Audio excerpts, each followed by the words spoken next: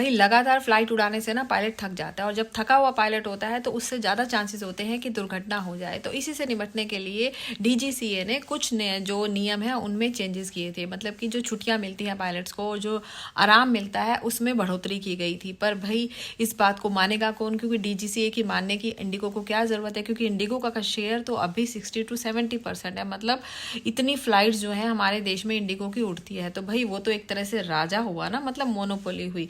तो भाई उसने क्या किया, पहले से ही वहाँ पर स्टाफ की कमी थी 30%। तो अब जो है जब ये नियम लागू किया गया तो भाई अब उसका सारा का सारा उसने फ्लाइट्स जो है उड़ा नहीं पाया। वो कह ऐसा रहा है कि भाई पायलट अवेलेबल नहीं थे और ये सब होके मतलब 1300 फ्लाइट जो है कैंसिल की गई।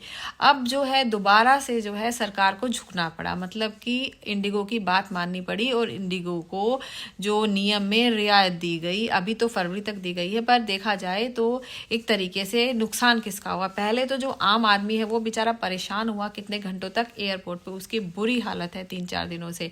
और दूसरा सेफ्टी से भी अब जो है समझौता किया गया। मतलब ये सब जो डीजीसीए ने जो नियम बनाए थे वो इसलिए बनाए थे ताकि जो है फ्लाइट्स में किसी तरह की दुर्घटना ना हो। और दूसरे देशों में इस तरह के नियम हैं, लेकिन हुआ क्या, हुआ तो कुछ नहीं है। अब इतनी बड़ी बात हो गई, मतलब कि पूरा आना जाना सब बिल्कुल एक तरीके से खराब हो गया, लोगों की हालत खराब हो गई, कोई बीमार भी होगा।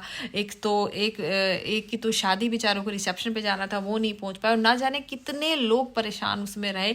लेकिन थोड़े दिनों बाद हम लोग सब भूल जाएंगे। ये इतनी बड़ी गलती है कि इस गलती के लिए सजा देनी चाहिए इंडिगो को, लेकिन हिम्मत नहीं है ना, कौन देगा। सरकार तो बेचारी झुक गई उसके कंडीशंस के आगे, और जो है आम आदमी है वो कोई बात नहीं, थोड़े दिनों के बाद हम लोग भूल जाएंगे कि ऐसा भी हुआ है।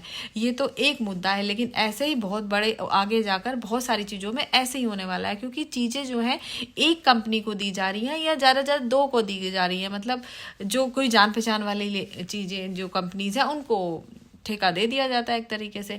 तो ऐसा हो रहा है। और फिर जो हमारे देश में हम लोग तो वैसे भी हिंदू मुस्लिम में बटे हुए हैं, हमें क्या फ़र्क पड़ता है अगर कुछ बुरा भी हो रहा है, थोड़ी देर की तो चिंता की बात है।